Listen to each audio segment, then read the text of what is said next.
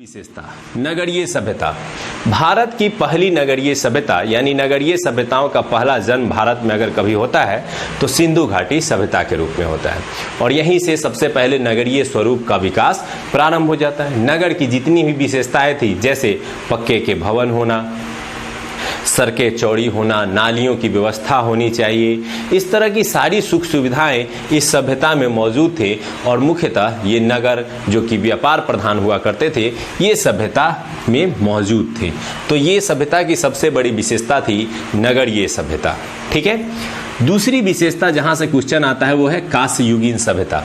यहां से एक पॉइंट पूछता है, चूंकि इससे पहले जो सबसे पहला खोजा गया धातु था, आपको पता होगा तांबा, पढ़ते हैं आप लोग, ऑब्जेक्टिव्स में पढ़ा जाता है कि सबसे पहला खोजा गया धातु तांबा था। तो तांबा और टीन याद रखेंगे दोस्तों, तांबा प्लस टीन, इन दो धातुओं को मिलाने से एक धातु तैयार हुआ कांसा, और इस कांसे का उपयोग जिस सभ्यता के दौरान किया गया उसी सभ्यता को हम लोग कहते हैं कांस्य युगीन सभ्यता। ठीक है, ब्रॉन्ज एज। इससे जुड़ा हुआ कई क्वेश्चन बनता है, जैसे जिस काल में तांबा का यूज हुआ वो ताम्र युगीन सभ्यता, जिस काल में पत्थर का यूज हुआ उस काल को पाषाण सभ्यता, जिस काल में लोहे का ज़्यादा यूज हुआ उसे आयरन एज या लौह युगीन सभ्यता के रूप में जानते हैं। तो उसी तरह से सिंधु घाटी सभ्यता में कांसे का बहुत उपयोग हुआ, यही कारण है कि इसे कांस्य युगीन सभ्यता या ब्रॉन्ज एज के रूप में जाना जाता है। अब आते हैं दूसरा, एक और विशेषता आध ऐतिहासिक सभ्यता। ये कई एग्जाम में क्वेश्चन आ गया कि सिंधु घाटी सभ्यता कैसी सभ्यता है, तो आध ऐतिहासिक सभ्यता है। अब ये आध ऐतिहासिक सभ्यता से क्या तात्पर्य है, इसको हम लोग समझने का प्रयत्न करते हैं।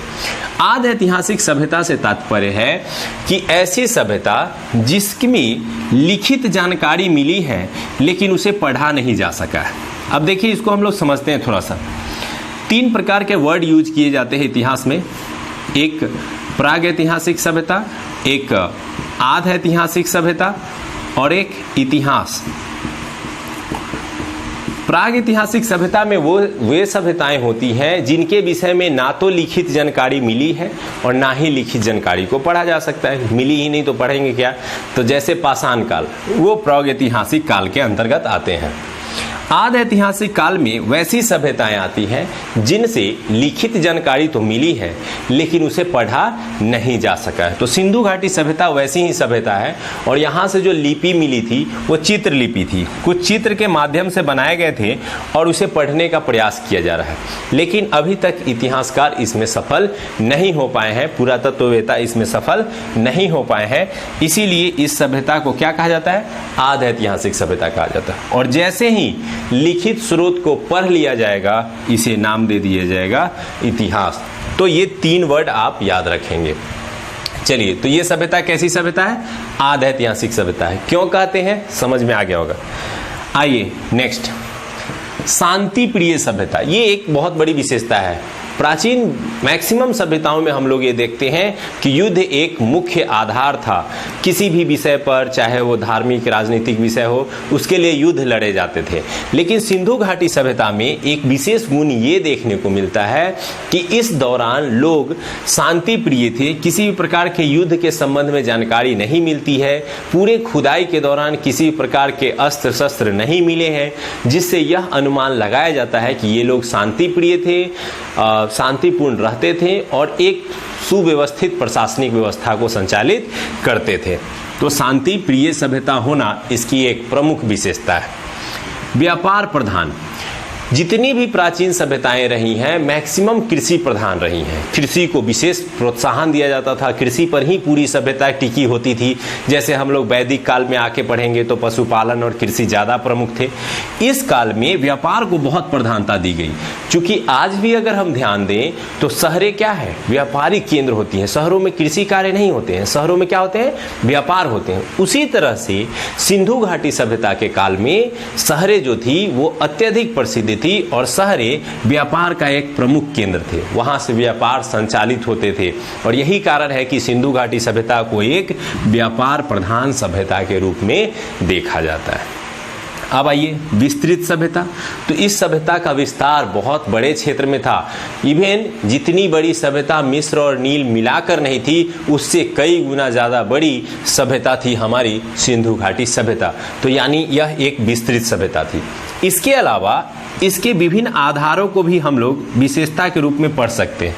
जैसे इस समय के राजनीतिक व्यवस्था कैसे थे, आर्थिक व्यवस्था कैसे थे, सामाजिक और सांस्कृतिक। राजनीतिक में हम लोग विशेष रूप से देखते हैं कि राजनीति का स्वरूप कैसा था, राजतंत्रात्मक था कि प्रजातंत्रात्मक था।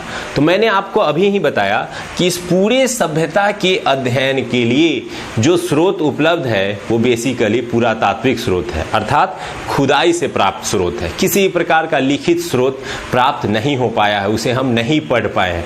नतीजतन परिणाम ये निकलता है कि इस सभ्यता के संबंध में जो भी जानकारियां हम इकट्ठा किए हैं वो सब किसी पुरातत्व को देखकर अनुमानित रूप से इकट्ठा किए हैं, गेस वर्क के द्वारा इकट्ठा किए। तो राजनीतिक जीवन के संबंध में कैसी व्यवस्था थी, इसके संबंध में इतिहासकारों में मतभेद है।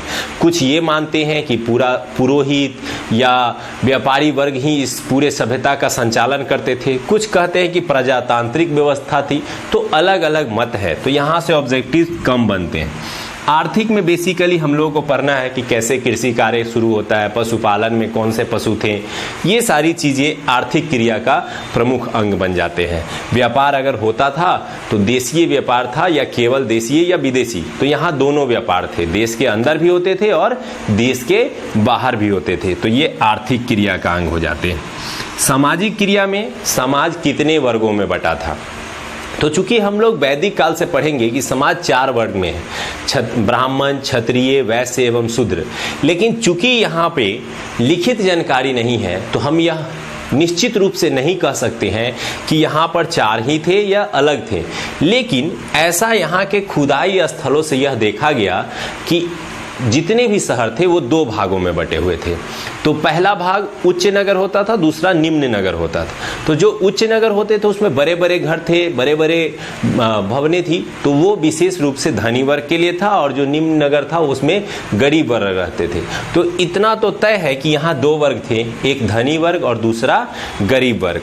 सांस्कृतिक में विशेष रूप से यहाँ के धर्म जीवन, इसके धार्मिक जीवन या फिर इसके कला साहित्य के विषय में हम लोग पढ़ेंगे।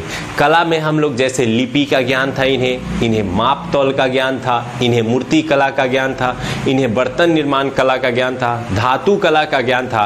ये सारे कलाओं का ज्ञान सांस्कृतिक जीवन में पढ़ा जाता है। ये बेसिकली आपको जब मेंस की अध्ययन करते हैं, मेंस की तैयारी करते हैं, तो उसके लिए बहुत ही इंपॉर्टेंट हो जाता है। इस तरह से आपको समझ के